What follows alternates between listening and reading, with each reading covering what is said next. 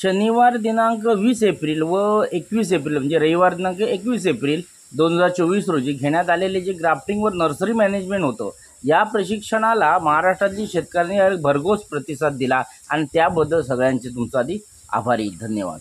मित्रांनो, आमची नर्सरी असून आम्ही शेतकऱ्यांना हा व्यवसाय आत्मसात व्हावा या उद्देशाने आम्ही कलम बांधणीचं प्रशिक्षण घेतो, म्हणजे ग्राफ्टिंग अँड नर्सरी मॅनेजमेंट. आणि हे ट्रेनिंग घेण्यात जे आले होते आणि त्याचा जो मुख्य उद्देश होता की तुम्हाला कलम बांधणी शिकता यावी किंवा तुम्ही घरच्या घरी कलम बांधणी करून एकतर व्यवसाय करावा किंवा स्वतःचाही लागवड करून तुम्ही उत्पादन मिळवावं. कलम बांधणीच्या ज्या 9 पद्धती आहेत त्या प्रोजेक्टरच्या माध्यमातून आणि प्रत्यक्षरित्या तुम्हाला ग्राफ्टिंग सगळं शिकवण्यात आलं आणि त्यामुळे काय झालं, त्यांच्या ज्या शंका होत्या त्या निरसन झाल्या.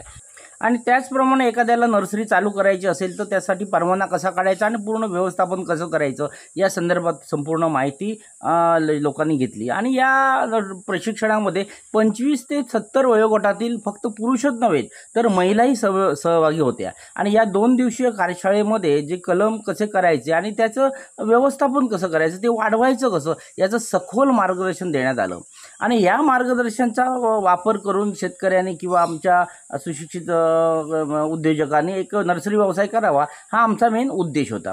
त्याचप्रमाणे सहभागी ज्या महिला होत्या त्या पण काजू आणि रोपावर मृदकाष्ठ पद्धतीने प्रात्यक्षिक ते स्वतः केली आणि मग म्हणजे एक प्रॅक्टिस केली. त्याचप्रमाणे आमचे 3 मास्टर ट्रेनर जे होते ते जे अवघ्या 20 सेकंदात एक कलम बांधून कलम बांधणीचा उच्चांक गाठला, म्हणजे इतका सुंदरपैकी अनुभव लोकांना मिळाला.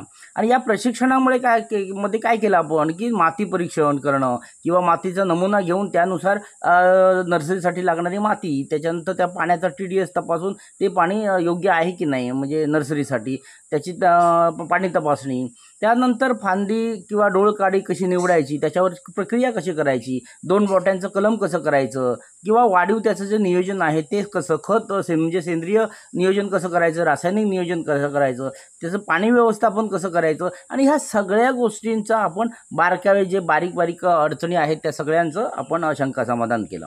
आणि हा जो अभ्यासक्रम 2 महिन्याचा, त्याच्यासाठी आपण अभ्यास पुस्तिका एक छोटीशी आहे म्हणजे कार्यपुस्तिका, आणि त्या कार्यपुस्तिकेचा वापर करून किंवा वाचून सुद्धा तुम्ही बऱ्यापैकी अभ्यास करू शकताय. त्याचप्रमाणे झाडांची विक्री ऑनलाईन कशी करायची, लक्षात घ्या जग आता ऑनलाईन झालेलं आहे, त्यामुळे तुम्ही बॅनर लावून विक्री करणं हा आता कन्सेप्ट संपला आहे किंवा कमी झाला आहे. त्याच्यामुळे तुम्ही तुमच्या जागेमध्ये जर तुम्हाला शोरूम नसेल किंवा तुमचं रस्त्यालगत घर नसेल, जमीन नसेल, तर तुम्ही नर्सरी आउटसाईडला करून सुद्धा ऑनलाईनच्या माध्यमातून कशी विक्री करायची या संदर्भात आपण भरपूर माहिती देण्यात आली. तर मित्रांनो, असे आणि हे अशा प्रकारचे बरेचसे जी प्रशिक्षण जी आहे ती कृषी तंत्र निकेतन देवगडमध्ये होत असतात. गेल्या 2 ते 3 वर्षामध्ये आम्ही बरेच शेतकऱ्यांना वेगवेगळ्या प्रकारची प्रशिक्षण घेऊन समाधानी बनवलं. त्याच्यामध्ये गांडूळ खत आहे, सेंद्रिय शेती आहे, मसाला लागवड आहे, नारळ मित्र आहे, कुक्कुटपालन, गोट फार्मिंग, नर्सरी म्हणजे कलम बांधणी, फळबाग लागवड, अशा प्रकारचे बरेचसे प्रशिक्षण आम्ही घेतो, वेळच्या वेळ घेतो. जवळजवळ 25 ते 30 प्रकारची प्रशिक्षणं घेऊन सज्ञांनी बनवण्याचा उद्देश असतो. आणि त्याचा दुसरा मुद्दा असा असतो की व्यावसायिक प्रशिक्षण घेऊन शेतकऱ्यांनी शासनाच्या स्कीमा वापरून, त्याच्यामधल्या सबसिड्या वापरून किंवा त्याच्यामधून फायदा घेऊन आपण एक स्वतःचा सबळ व्यवसाय करावा हा आमचा मेन उद्देश आहे. तसेच शेतकऱ्यांना शेती आणि शेतीपूरक उद्योगाची माहिती मिळावी, तसेच व्यवसाय सुरू करताना त्याची जी वाढ जी आहे किंवा ती ग्रो कशी करावी या संदर्भात. आणि नवीन माणूस शेतकरी असल्यामुळे बरेचशा अडचणी येत असतात आणि त्या अडचणींना उत्तरं मिळावी, शेतकरी सक्षम व्हावा हा आमचा मेन उद्देश आहे. आणि यापुढील प्रशिक्षण जर बघाल, आता आमची दर महिन्याला किंवा 15 ते 20 दिवसांनी एक प्रशिक्षण होतच असतं. आता यापुढील जर प्रशिक्षण आहे ते जून महिन्याजवळ येतो, त्यामुळे लागवडी संदर्भात लोकांना माहिती आणि त्याची मागणी होती, म्हणून आम्ही 25 आणि 26 मे 2024 रोजी आपण नारळ प्रशिक्षण घेतलं. म्हणजे याच महिन्यामध्ये मेच्या 25 तारखेला आणि 26 तारखेला नारळ लागवड आणि फळबाग लागवड म्हणजे नारळ लागवड कशी करतावी अख्ख्या महाराष्ट्रासाठीचा अभ्यासक्रम आणि फळबाग लागवड त्या संदर्भात संपूर्ण माहिती, म्हणजे खड्डा मारण्यापासून ती 1 वर्षभर त्याचं नियोजन कसं करायचं. लोकांची समस्या असते की लागवड केल्यानंतर मॉर्टिलिटी होते, मृत्यू होते आणि ती होऊ नये त्याच्यासाठी काय काळजी घेऊ, यासाठी संपूर्ण वार्षिक नियोजन हे आम्ही या 25 तारखेला आणि 26 तारखेला श्रद्धा नर्सरी वेंगुर्ला म्हणजे सिंधुदुर्गामध्ये आहे. जर कोणाला यायचं असेल तुम्ही प्रत्यक्ष येऊ शकताय आणि माहिती घेऊ शकता।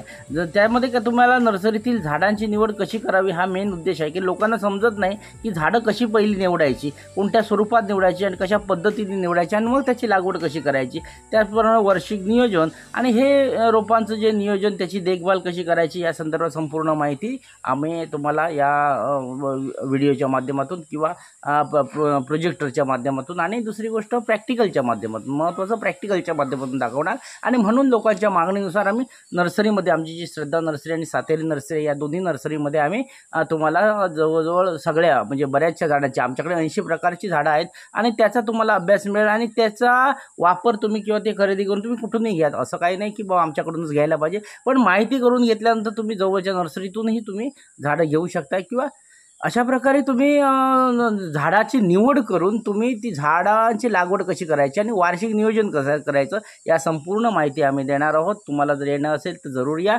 हा व्हिडिओ तुम्हाला नक्कीच आवडेल। व्हिडिओ आवडल्यास लाईक करा, कुणाला जर त्या संदर्भात जर माहिती पाहिजे असेल तर तो शेअर पण करा। आणि दुसरी गोष्ट असेच आमचे वेगवेगळे व्हिडिओ आहेत वेगवेगळ्या विषयाचे, दर वर्षभर अशी वेगवेगळ्या विषयाची ट्रेनिंग असणार। तुम्ही कृषी तंत्र निकेतन देवगड याच्या यूट्यूब चॅनलला सबस्क्राईब करा आणि त्याचे नोटिफिकेशन बघा किंवा बेल आयकॉन दाबा। दुसरी गोष्ट तुम्ही डिस्क्रिप्शन चेक करा, त्याच्यामध्ये तुम्हाला काही नंबर मिळतील। तुम्हाला जर ग्रुप जॉईन करायचं असेल, शेती संदर्भात माहिती किंवा तुमच्या शंकांचं निरसन आमच्या व्हॉट्सअप ग्रुपच्या माध्यमातून करायचं असेल तर डिस्क्रिप्शन बॉक्समध्ये बरेच नंबर दिलेले असते, त्यांना व्हॉट्सअप करा किंवा आमच्या ग्रुप जॉईन करा, म्हणजे तुमच्या शंकांचं निरसन येईल। प्रत्येक वेळी प्रत्येकाला येणं शक्य नाही, लांबचा प्रवास आहे, त्यामुळे जर समजा तुम्हाला येणं शक्य नसेल तर तुम्ही व्हॉट्सअपच्या माध्यमातून आमच्या संपर्कातही राहू शकताय। धन्यवाद।